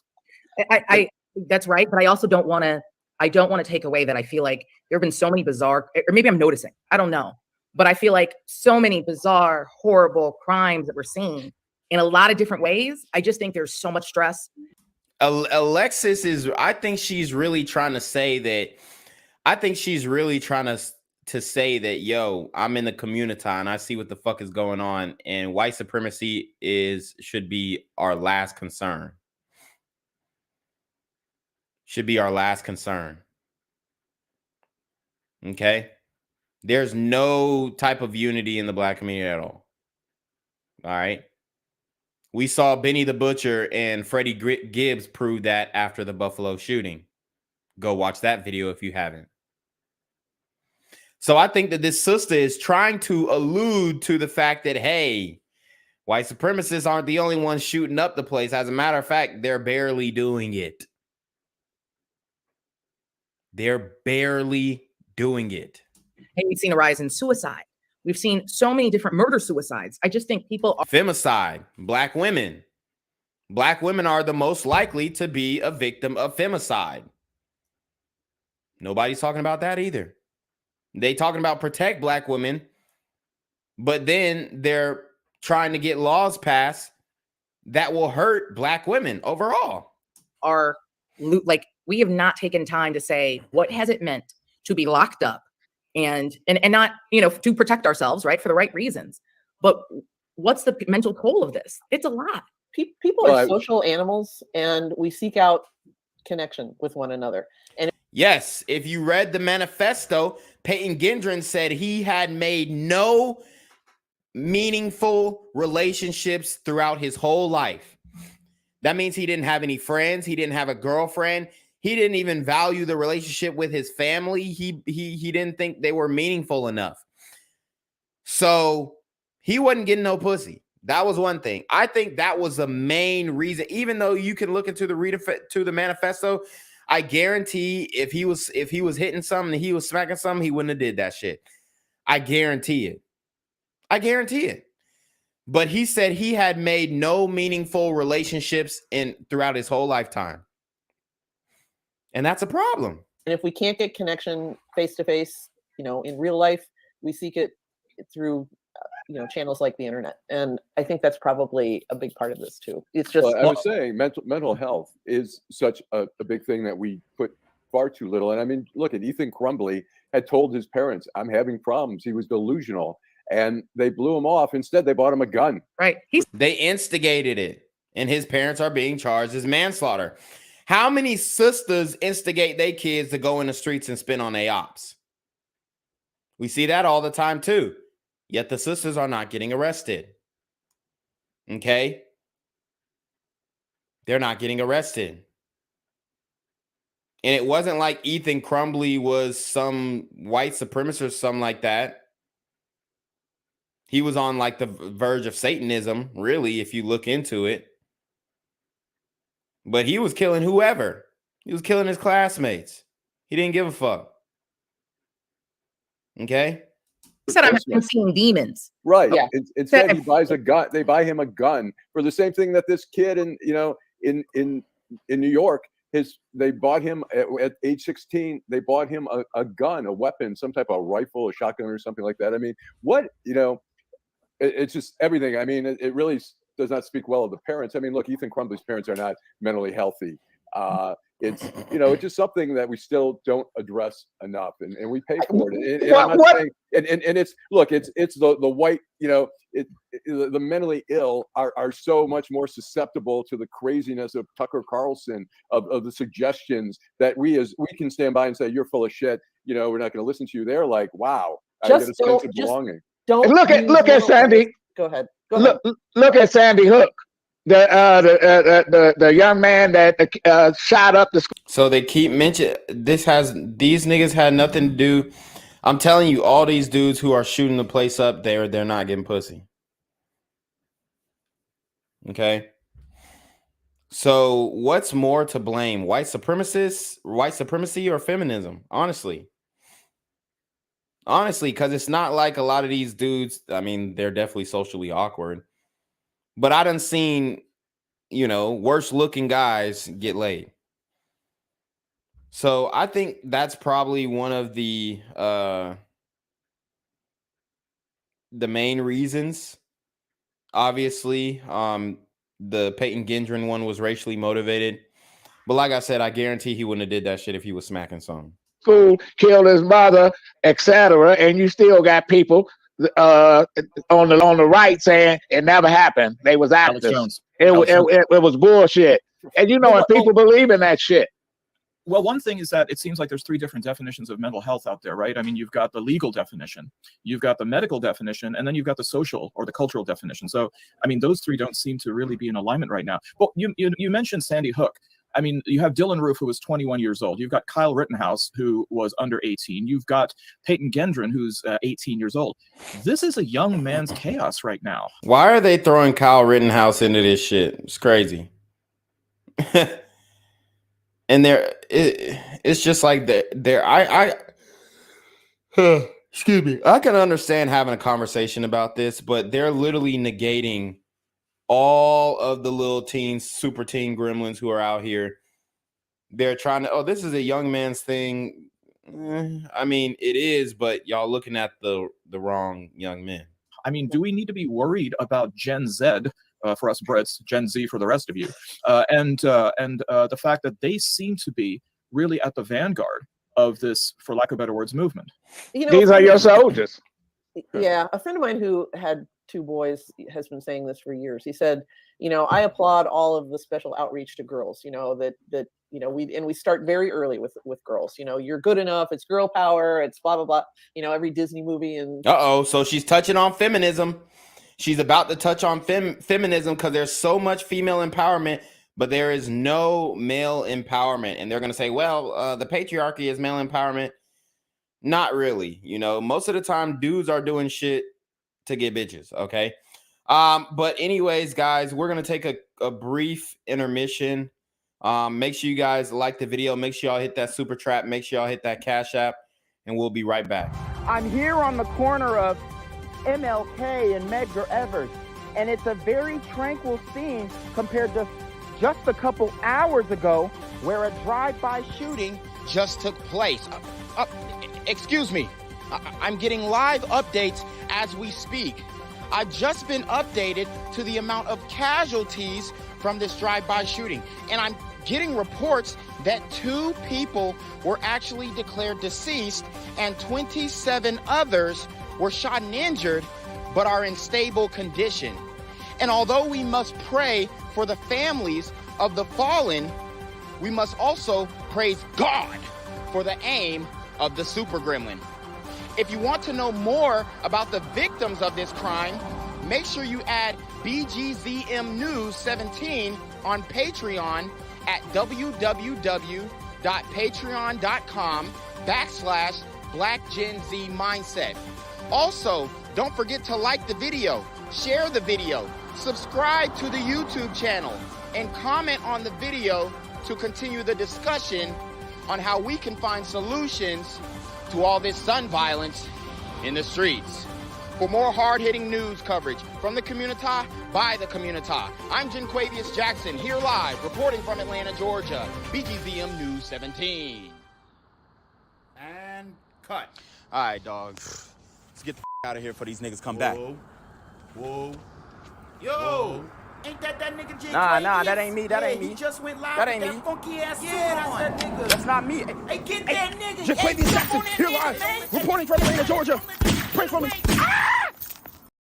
Creation seems to have a feisty girl protagonist at its center. It's just, culturally and educationally, we're always trying to help girls, and I think that's a great thing. but don't forget boys, because what we do with boys is my friend used to say, we put a ball in their hands and push them out in the backyard. They need more than that. And you know, they need role models, they need encouragement, they need fathers, less single mothers, more fathers. But she can't say that. Maybe she'll say it. Let's see. They need to be rinsed of a lot of the cultural static that they just seem to pick up like lint, you know, about showing their emotions and sports and, you know, their sexuality, everything. So I think you're right. See, now she's just going off the ball. So instead of having like she's talking about the sexuality, it's like she's trying to push niggas into the LGBT lifestyle and say, hey, it's okay to, like, that's what it sounds like to me. Right. And I think, I was going to say real quickly, in school, you know, in schools, I think what teachers and counselors need to be catching these early on in elementary school, junior high. Adolf and I went to school together. We knew who the kids were in junior high. By junior high, we knew some of the kids who were going to be really in trouble later in life. We saw it. You know, why can't the adults, if we're the kids who see it so easily, why can the adults not identify those people and try to intervene and try to, you know, provide help? Am I right, Adolf? Yeah. What the same people that did whatever they did in junior high was doing it after junior high. Right. Who are they talking about? Who do y'all think they talking about? The same niggas who was doing shit in junior high doing the same shit. Who y'all think they talking about? Shout out to Hot Black Desiato. He says, thanks for this, Z. This stuff is so tiring to hear day in and day out when you know it's BS. Hold on.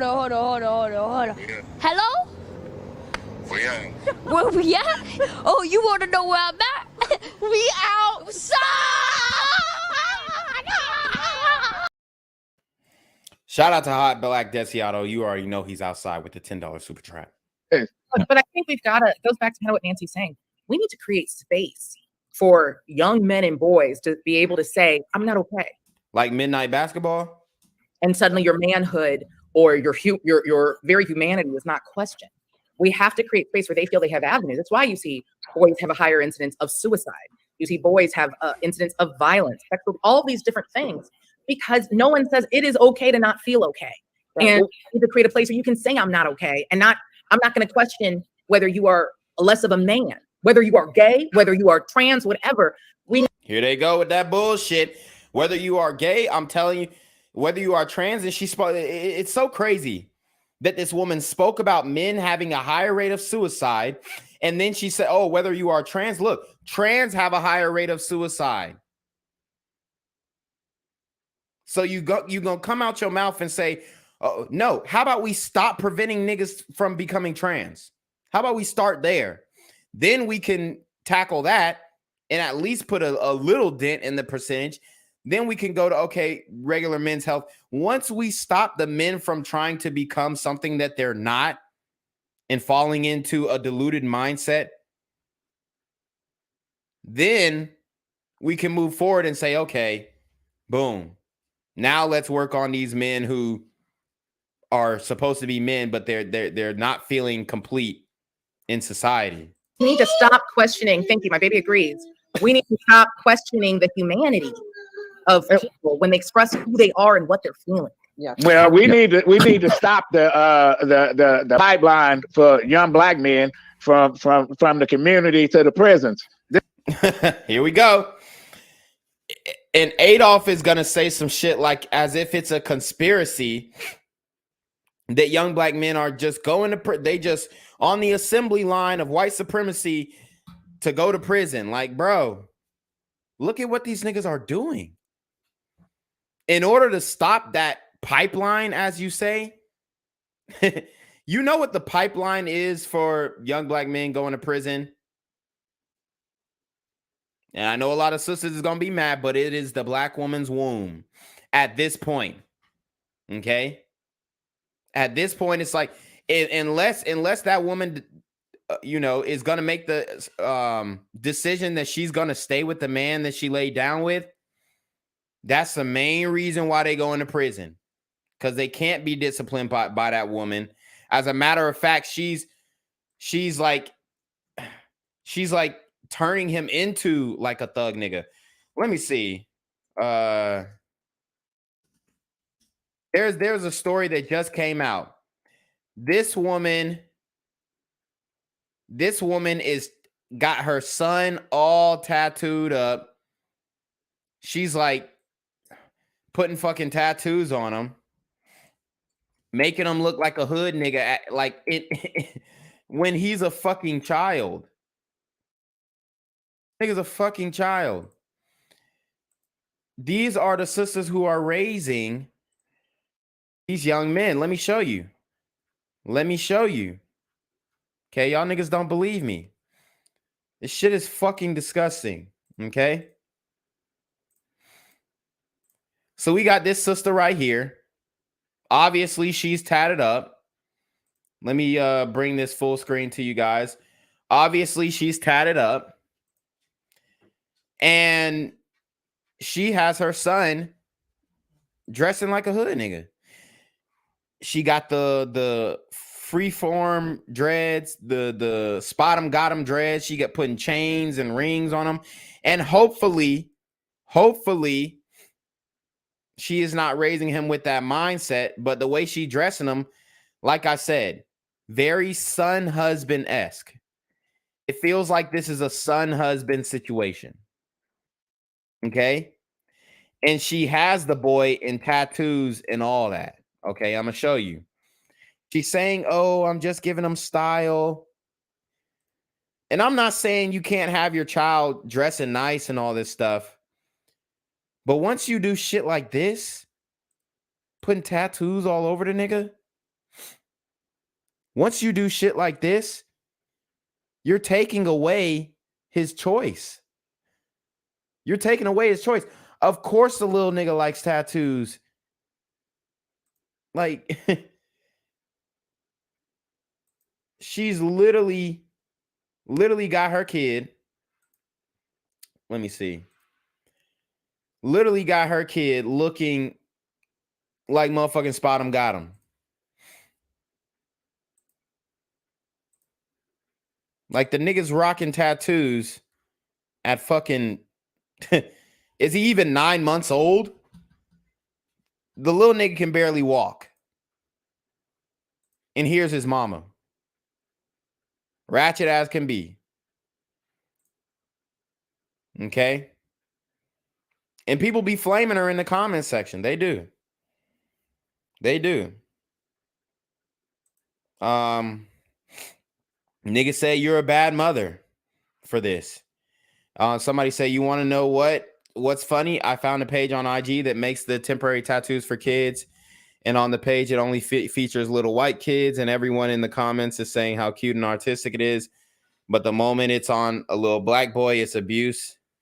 I don't know where the fuck she's talking about. Where is that page? Where is that page at? And I'm not saying that it's abuse, okay? I'm not saying that it's abuse. What I am saying is you can definitely tell the type of nigga that she's raising him to be. Okay?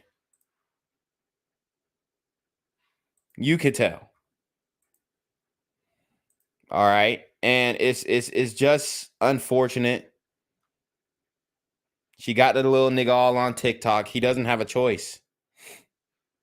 He doesn't have a choice. She's turning her child into the bag. That's what this is. That's what this is. Father ain't in sight.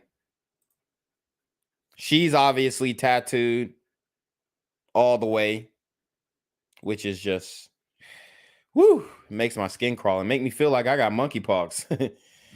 Make me feel like I got monkeypox looking at that bitch, no cap.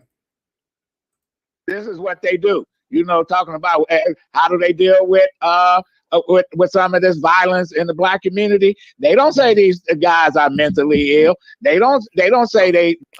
Yes, they do though.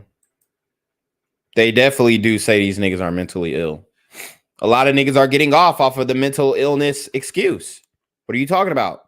Look at Shitty Cuz. He claimed mental illness. Guy who killed Nipsey Hussle. So there's plenty of black men who are saying, hey, they're mentally ill. They're claiming mental illness. If I'm not mistaken, Peyton Gendron did not claim mentally ill.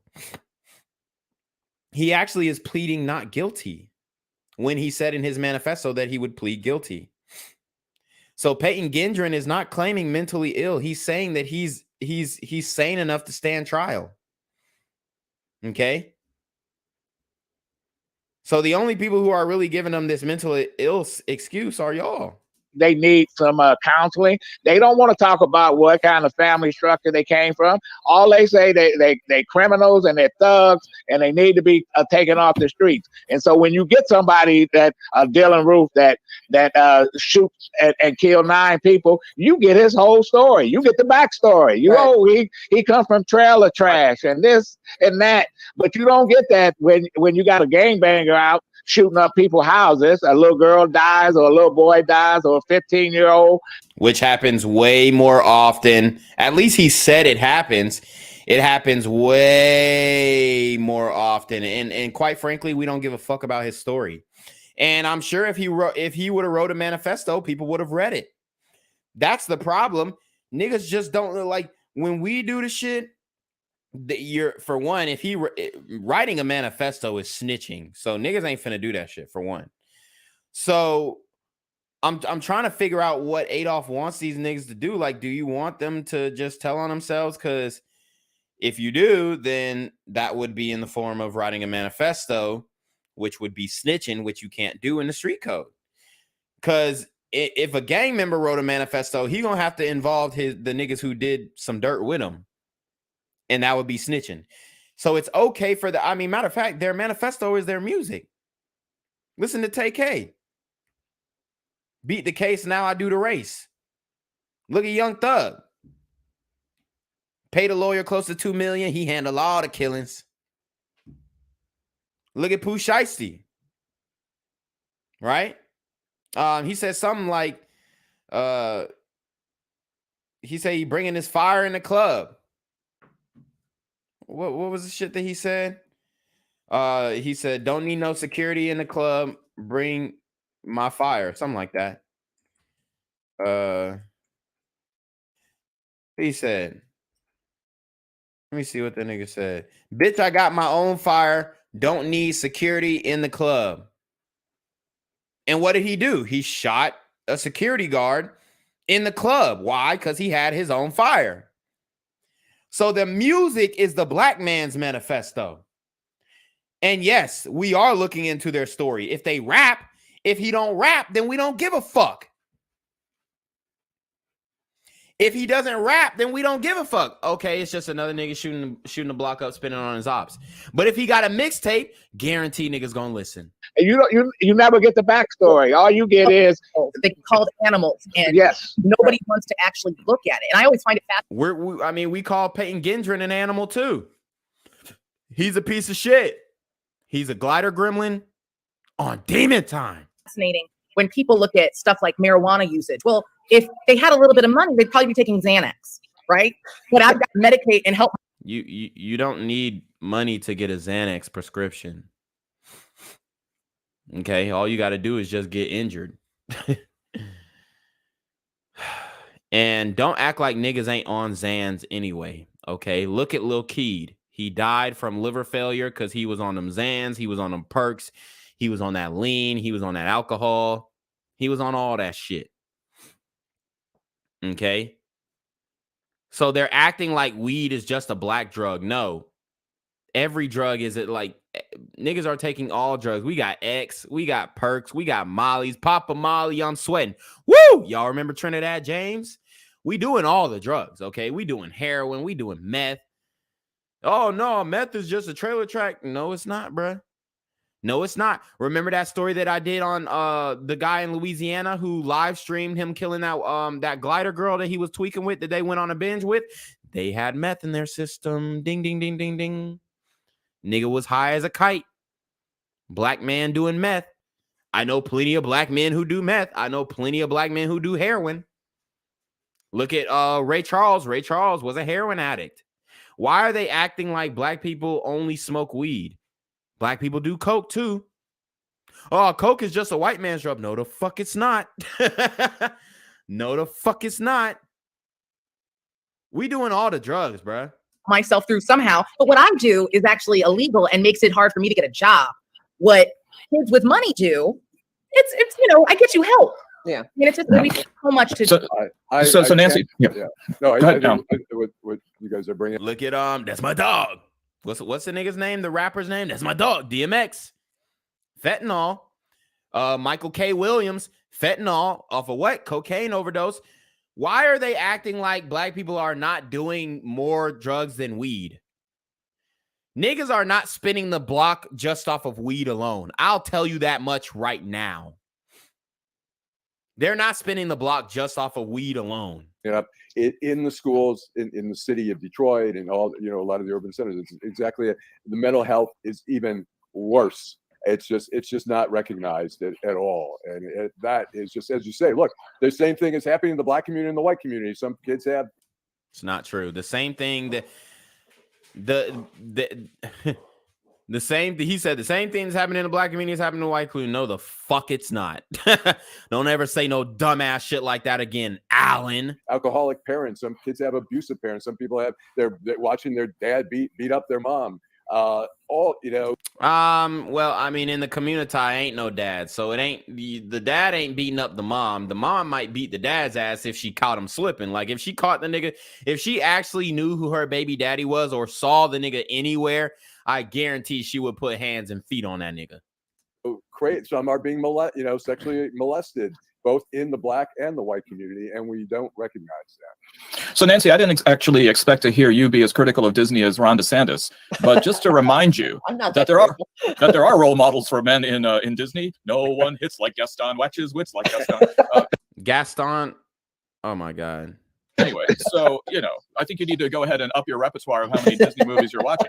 Well, speaking of something to entertain, we had another round of primaries this past week in some very crucial states. And so we have in Pennsylvania, and shout out to Fetterman, get well soon.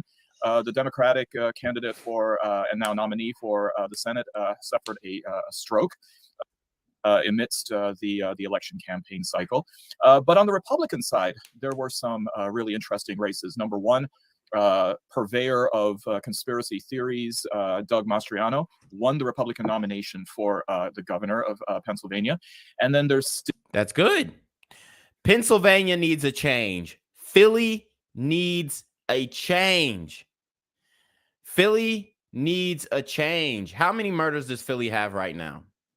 How many murders does Philly have right now?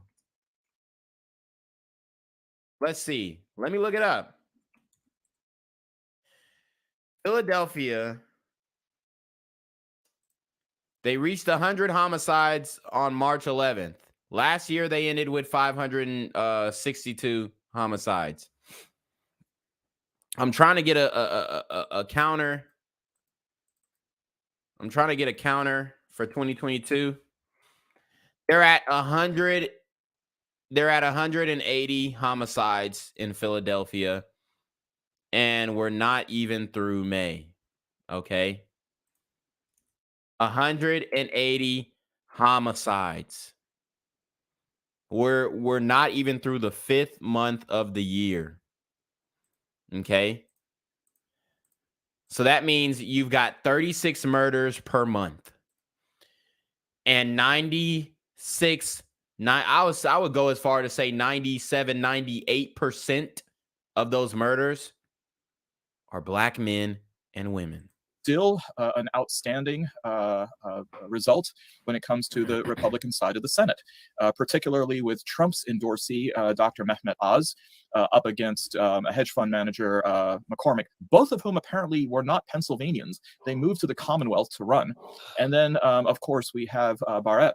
Why are they acting like the Democrats don't do the same shit? But I'm not even trying to make it Democrat, Republican. Everybody's overlooking the crime in the community. Okay? Everybody's overlooking the crime in the community. You have some people out here, Governor Kemp, he signed a crime bill, sequence of crime bills that, we'll see if they make a dent But everybody's, overlooking the crime in the community. Who was sort of this come from nowhere, not quite yet a rich strike because she didn't win, but it's gone to a recount. What does this say about Trump? After all, you have that, but his endorsee in North Carolina, Madison Cawthorn, lost. You have the person he's trying to bring down in Georgia, Governor Kemp, about 38 points ahead, although his guy, Herschel really? Walker. Is it much? Wow. Okay. And how's the Walker doing? Herschel Walker's about 58 points ahead. Oh my God. Idea of that guy in the Senate is terrifying. Wow. So she don't like Herschel Walker, even though he's a black man. Is she racist for not fucking with Herschel? And Herschel got a whole bunch of minorities in his family. His son is a homosexual black man. So he's got the triple minority going for him. But she talking shit about Herschel Walker. Okay? Go Dogs. I ain't finna let you do my alma mater teammate like that. Nah. You finna get this work, Nancy. 58 points ahead in the Republican primary. In the Republican primary. Okay. Yeah. Okay. Yeah. So what does this say? Is this a referendum on Trump? I mean, it seems as though it's kind of all over the place. But what about anyone I want to think in comment on any Michigan, particular race? well, I'll say here in Michigan, the prevailing thought is that he's not doing any of these candidates, any of the Republican Party, any good here in Michigan. I mean, he's backing Matt DePerno, he's backing the Secretary of State. He's not really. I mean, I don't know. He's backed the opponent for Peter Meyer out in the western part of the state for Congress, but he's not having great influence here. It's very mixed across the country. I mean, we saw, Hawthorne or whatever, the crazy dude down in Madison Cawthorn? Madison Cawthorn down in North Carolina, and it didn't work. I mean, He was targeted by his own party, though. I mean, he was those his hijinks, his video hijinks were clearly came from the Republican Party. Those didn't come from anybody on the other side. So Mike Pence was here a couple days ago at the Lutheran High School up in Rochester Hills, shilling around with Betsy DeVos. Is this a coordinated campaign among the, and I use the term very loosely here. All right, we're going to fast forward because they're talking about this politics bullshit I don't give a fuck about. We haven't seen any general. There's nobody. So we don't know what's going to happen, who actually will actually win the seat, right? Right. Barr had wild sex with her, and now she's showing him the positive pregnancy test. So, Look, it's kind of like, this is, you made your bed, lie in it. So I'm not entirely sympathetic.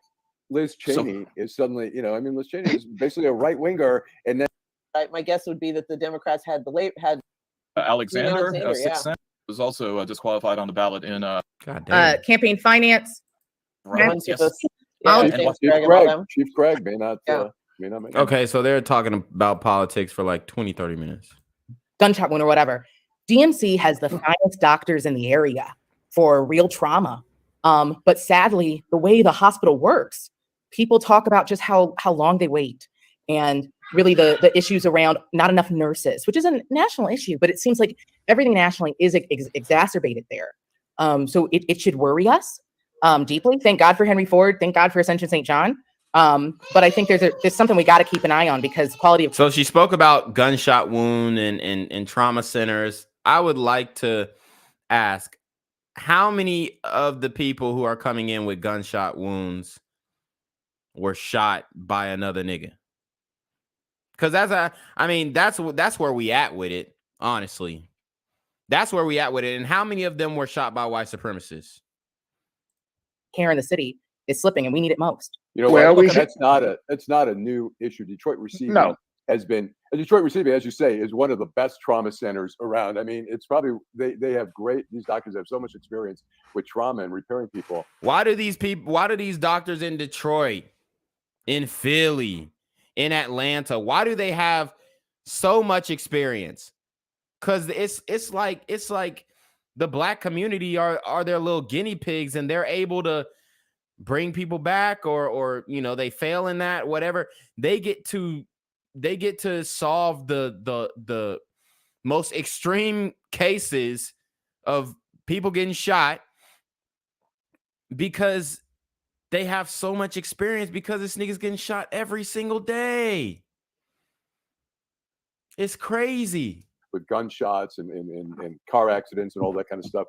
But that being said, and then we talk about Sinai Grace, which has been having problems for a long, long time. Some of it came more to the surface during the pandemic. We realized how horrific it is. But what we're seeing, I mean, look, we saw in Beaumont, and we did extensive coverage of Beaumont, where the CEO was a total whore who was just draining that nonprofit. He accumulated over $3 billion in surplus and was laying off people when they had a surplus there. That's a nonprofit. Now we see DMC, which is they're talking about the politics. I think we're gonna cut it there, guys. Obviously, the indoctrination is real. A lot of the time, they really do not know what they're talking about. As a matter of fact, I'm gonna actually mention them in the title. And maybe we can have some of their panelists come up on the show and we'll school them on the travesties that happen in the community and let them know that, hey, y'all are in Detroit and y'all aren't even seeing what's happening in Detroit. I've done plenty of stories on Detroit. So we're going to end it there, guys. I appreciate everybody for coming into the live stream and supporting and showing love. You already know what it is. We are going to end the stream off and send it off to Jenquavius. I appreciate all of you guys. Make sure you like, comment, share, subscribe. Oh, another thing, guys, in the links down below, let me make sure that I get all of this. Guys, make sure you follow me on Twitch. Okay. Get into the Discord as well. We've got the Discord so we can, communicate throughout the day and chat and whatnot. Go to the Discord, guys. It's in the link down below. You have my Odyssey page, which is up. You guys get all my videos.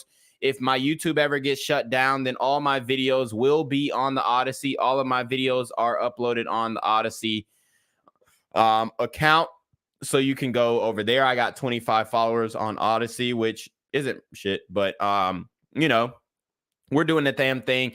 Instagram, TikTok, Facebook. You can follow Jenquavius on Facebook. You can also follow the BGZM News 17 Facebook page. Twitter, also BGZM News 17. Like I said, Twitch, Odyssey, join the Discord. I also have a BitChute down there in the link below, the Patreon as well. So we have, multiple forums where you can reach out to me and shit like that and whatnot. But all of my social media links are down there. Obviously, you can hit the Cash App, hit the PayPal, hit the Super Trap if you are really rocking with the message, guys. But we're trying to bring awareness, and I definitely want to debunk some of these notions that these old heads are spewing out there, because I think it's dangerous to the community. We need to know what the fuck is fucking us up, okay?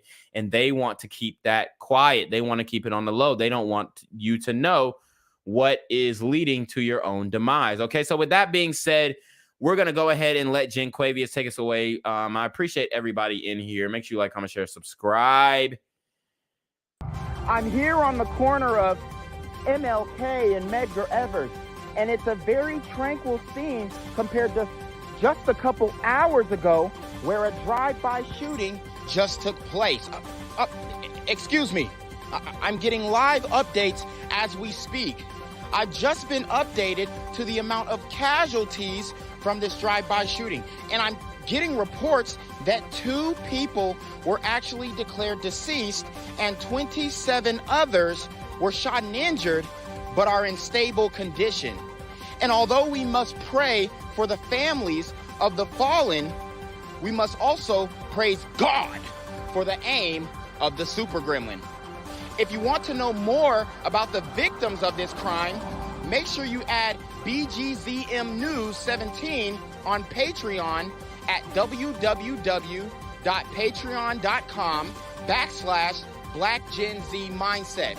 Also, don't forget to like the video, share the video, subscribe to the YouTube channel, and comment on the video to continue the discussion on how we can find solutions to all this gun violence in the streets.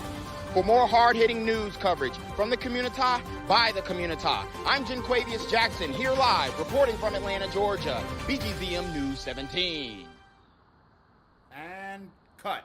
All right, dog. Let's get the out of here before these niggas come back. Whoa. Yo! Ain't that nigga J. Nah, Quay? that ain't me. That ain't He me. just went live That with ain't that me. funky ass suit on. That nigga. That's not me. Hey, get that nigga. J. Quay Hey, jump Jackson, on that here nigga, live, man. reporting from Atlanta, Georgia. Pray for me. gang violence and other kind of